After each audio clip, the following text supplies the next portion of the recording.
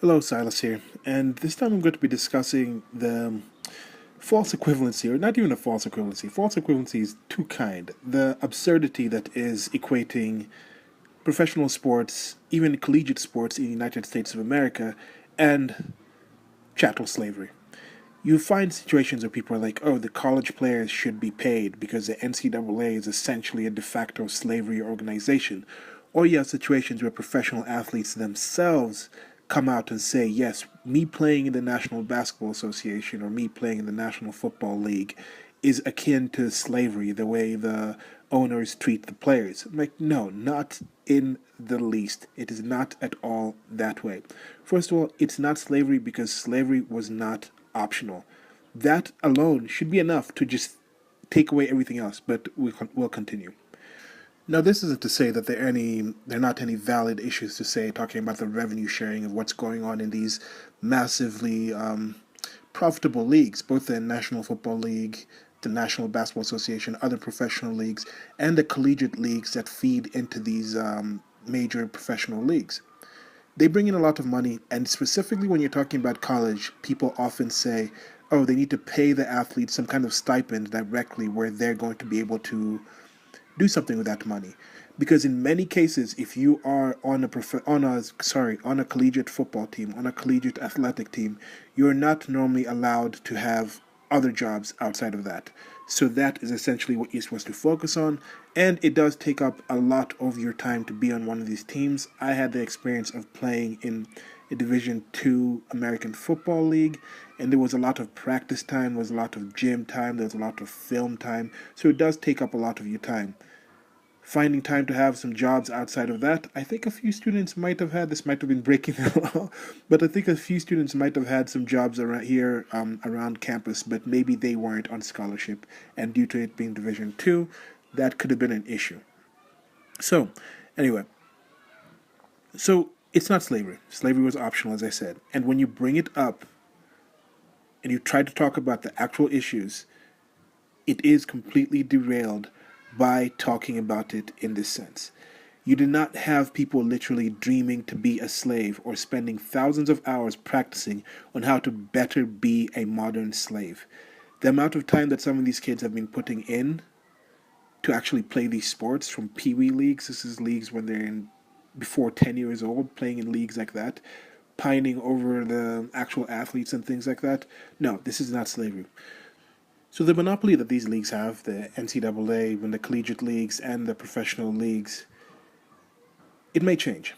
But one thing with football is it's somewhat expensive to actually run. The equipment and even just lining up the field, having the chain markers every time is like a first down, you have to move the markers, the kind of personnel that you need for it. It's a lot more expensive than basketball, for instance. So playing backyard football with your friends is not close to the game as would the pickup game of basketball be. So for the rest of this, I'm going to be focusing predominantly on American football, as this is where it normally comes up the most. I hear this whole, oh, it's slavery, slavery, slavery type thing. So when it comes to the basketball court, as I said, your average basketball court is just in general you can find these a lot in the United States of America. Now finding a field that's 120 yards long and then lining it up and marking it up in that way, having the goalposts in that situation to match the field goals and things like that, that is not necessarily as easy to do. Also, getting now 11 people on each side of the ball going against each other, having linemen, wide receivers, things like that. Even if you actually had the equipment, getting this many people out together versus a 5-on-5 game in basketball, it's a different thing. Essentially, the amount of people you'd have to just have the amount of people you can have to just have one side of an American football game is enough to have five people playing basketball and a ref or a substitute for each of the teams. So the cost and possibly lower numbers of athletes to select from makes the ability to start and run a competitive league to the NCAA or the NFL rather hard. But a good example of future things that are happening is like that video I talked about a while back with LeVar Ball, who's this firebrand father and owner of a competitive league to the NCAA. At least he's hoping this will compete to the NCAA by having a place where he can actually pay people who have graduated from high school, or actually high school players and college age basketball players, to actually play in that league. I think it was I think he said 1,000 a week or something for the lowest, for the is the minimum, and then something like 5,000 a week for the top players. I could be wrong; it could be per month, but you can check out that video. There's going to be links to it where I talk about that more. So there's already a healthy circuit of private leagues in basketball, and a similar thing may be done if you actually look at the Pee Wee football leagues that I mentioned before in football. There's youth football, there's other leagues that I've seen. There's actually this one channel I just found. I'm probably going to leave links to that, where this guy, I think it's Flemlo Raps, where he talks about different athletes from college football and other sports, what happened to them since then, because not everyone makes it to the professional leagues. So there's this idea that, oh yeah, there's this just general there's a general idea that, look, let's just focus on the NFL, and this may be that whole like 1% thing. Oh, we are the 99%, we're only going to focus on the 1%. And yes, I know the NFL is the top of the top, but just as people who go to school for coding don't all end up at Google, which is the top of the top, there's a lot of other places people can code. So when it comes to the NFL, when it comes to this, not everybody makes it to the NFL.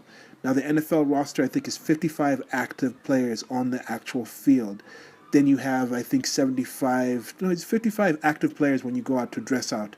Then you have a few more that are actually on the squad that rotate in and out, I think, to come out to about 70 on the NFL roster. And then you have a situation where you have people on the practice squad, and they can get called up and down. Now, practice squad players get paid decent money. I think it's in, at least, it might be 100K, I could be wrong. Might check on that. But they get paid decent money. Now, all the other people involved in this, people in coaches, and I said there's separate leagues. There's a Canadian Football League, people can go up there. There was Arena Football League. There's a few other local leagues in American football all around the United States of America. So people might not necessarily know about these leagues, but I think there's going to be a resurgence in them. I heard the XFL, which was started by WWE, World Wrestling Entertainment owner and founder Vince McMahon and his family. I think he was involved with a few other people, and they tried this XFL franchise. And that's another thing. Look, if this was slavery, they wouldn't just be starting new things. There would be people just running to become a slaves. And I do know there are situations where people would. I had this video talking about private property. Can you sell yourself into slavery? And I think the agreement that me and Nick, we had the conversation with, had come to is like, no, you really can't, because the main part of slavery is it's not optional. You can't just leave. So even if you sign a contract and say, for this amount of time until I do XYZ, achieve XYZ, indentured servitude is a different thing than slavery. So now back to this. With platforms like YouTube and other streaming things, and just the cost of broadcasting dropping, I think you're going to find a lot of these leagues kind of emerging and people being more focused on their local leagues. You'll have a situation where people might be actually going, instead of going to the big NFL stadiums, like, I think it's already been shown that this season, due to a mixture of things, the whole kneeling down fiasco, and I think other things, just raising costs of going to a National Football League game, I think you'll see a resurgence, or not a resurgence, because these leagues, I guess they weren't big before, but just a growth in these secondary leagues where people will be like, yes, let's go watch football this weekend, let's go tailgate, but instead of going to the big city and going to that main team, let's go to maybe the university. Like, if it's an off season of the university, maybe they find a way to have some kind of sharing system where teams, local leagues, can play in these bigger stadiums. You have situations where high schools in the United States of America and a lot of places have pretty massive stadiums that are not playing all around, and maybe you could have just people in the community, different smaller leagues kind of playing in that situation. And these things can be broadcast rather cheaply now. So, as for pay, many have mentioned perks from the school and the position that it gives the students while they're there. And this is something that comes up in a lot of these arguments, and something that I agree with. Yes, there is some kind of pay. I know in situations football maybe will have a Division One team might have something like 50 full scholarships to give or something, and then I think it's 25 full scholarships and then like a 25 partial and then things like that. There's a division of that, and they rotate these around. And in some of these schools, it could come up to 40,000, 50,000 a semester, which is coming up to 80,000 to 100,000 a year in some of these schools. Now, not every athlete is on this, as I said, but there's other perks out here. There's camaraderie from the team. if you don't count these actual things. I mean, I know people are doing a lot of time in this, it is televised, but it is essentially an extracurricular activity. In many schools, it's actually super curricular, not just an extra thing where it's like, yes, this is something that's above and beyond other things, but it is essentially extra and brings a lot into the school. I get that. But I do not know how many others get paid to work in school. For example, if you are in the science department and you put in some research on a document that leads to some grant monies coming to the school, do you receive pay? Should you receive pay? It's your extracurricular. Let's say it's a club thing. Let's say, okay, let's say it's not even a club. Let's say it's actually in your class, your thesis paper. I think in that situation, if it's a thesis, there may be some kind of agreement where you actually get some money from it, but I don't know. Do you guys know? Let me know. Another example is medical schools. A school like the University of Michigan, I remember a friend of mine had her brother go there to recover from leukemia. In a situation like that, students may have attended to him, people who are in the nursing program and things like that. Actual doctors may have attended to him, students who are learning may have learned in some process in that healing of this child. Do they get paid for that, or do they just learn from experience? Is the experience to pay for it? Is this part of their coursework? So what do you say in these situations? Another one is the school, as I had mentioned before. I was at a school that had a rather robust dental hygienist program, and I think you could go there and pay something like $5 and get your teeth cleaned. Now, in that situation, I don't know if anyone was actually paid in that situation, any of the students doing it, or if it was them just learning how to do it and then later on they could go and get paid for it.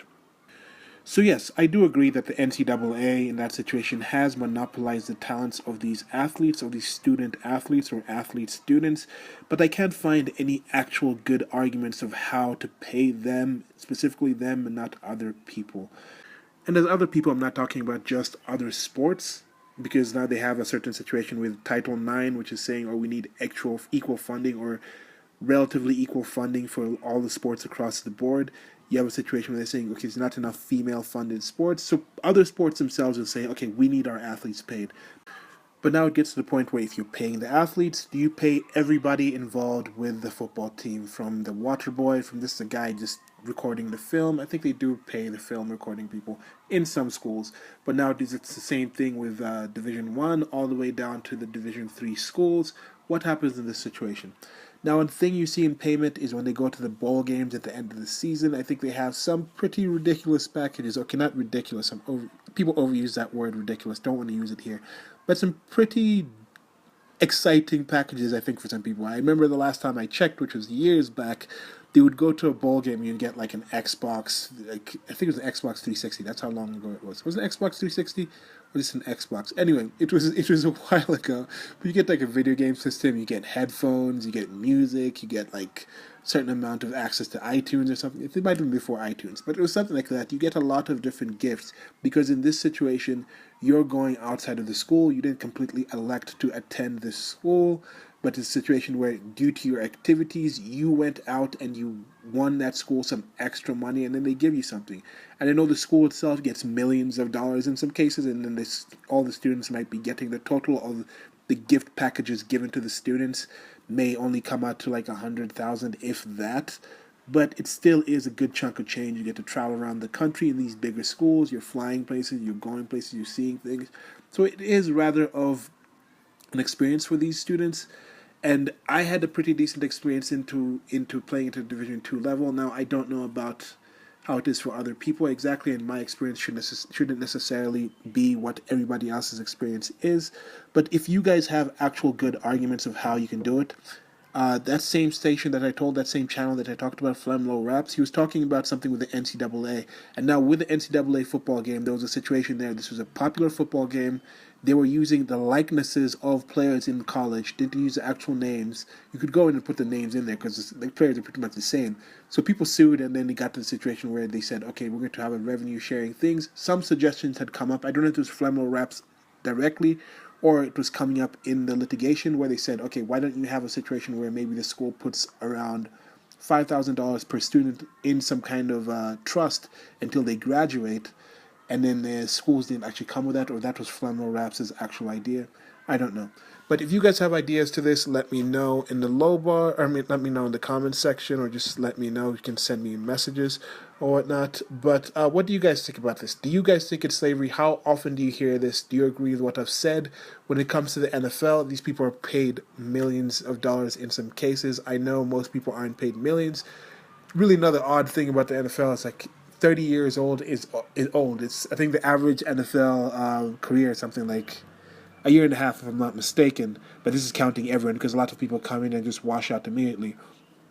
And you have the veterans. You're a veteran by the time you've played, I think, like 3 or 4 years. You qualify for the league veteran minimum, which I think something like $700,000 if you're actually on the roster, on the starting roster. So yes, I don't think the practice squad people are in the much higher. The practice squad people might still be in the hundreds of thousands of people of dollars being paid for that. So that's my talk on this. That's my idea on these professional sports and the NCAA being like slavery. I think people need to stop with that. Slavery needs to be kept for actually the slavery that's going on, as I talked about in that video about the slavery going in Libya. Slavery still exists. We know more and more about slavery every day, and I think equating the plight of these millionaires and these select group of athletes that decide to play in these sports and treating them as slaves, I think that does a disservice both to, especially in the situation where a good amount of these people who we're talking about in the National Football League, in the National Basketball Association, in the NCAA, when you're talking about the United States of America, a lot of them had ancestors that were actually slaves, actually in chattel slavery. So to equate what they went through to what people today are going through is ridiculous in the actual sense of the word ridiculous, and it's probably better if it stops. But that's it for now. So, had a bit of a cold. Getting a cold in this. It's not winter here, but it is raining, and right now doing some fast for a while. Maybe it's the fast that's giving me the cold. Could just be the mosquito menace that goes on here in Nairobi, Kenya. But that's it for now. Like, share, and subscribe. Links below to the merchandise store. Please check that out. We'll be getting more merchandise up. Also, going to be opening a Patreon soon. And I need to figure out what the status of that's going to be, like what the different levels are going to be, or the tiers, or just open it and then start it with that and then build on that later on. But yeah, thanks for watching. Goodbye.